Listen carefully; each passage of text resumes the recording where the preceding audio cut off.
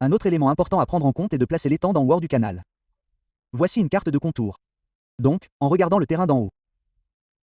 Voici une vallée où l'eau s'écoule. Et voici une crête adjacente. Vous pouvez donc placer un étang dans le canal où l'eau s'écoule, ce qui présente ses avantages et ses inconvénients. Du côté positif, la zone est déjà traversée par de l'eau et peut avoir un ratio très élevé de sol déplacé par rapport à l'eau stockée si elle est placée dans un relief doux. Mais du côté négatif, c'est là que la force de l'eau se concentre. Ainsi, en cas d'inondation, toute la force de l'eau s'écoule à cet endroit de la vallée. La structure du barrage, la structure de rétention d'eau, doit donc être prévue avec un déversoir puissant pour gérer les inondations importantes et historiques.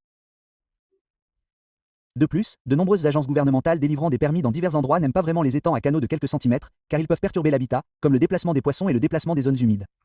Les étangs à canaux sont donc souvent mal vus par les organismes de réglementation, tandis que les étangs hors canal sont généralement plus appréciés par les organismes de réglementation. Dans un étang hors canal, vous créez une sorte de dérivation du canal lui-même, des routes ou du ruissellement de surface pour alimenter en eau un étang situé sur une crête. Ainsi, un emplacement sur une crête est un emplacement plus stable, car il n'est pas sur le chemin d'une inondation. Il peut nécessiter davantage de mouvements de sol et donc avoir une efficacité de stockage plus faible. Voici quelques considérations concernant l'usure. Dans cette série, nous allons aborder le comment.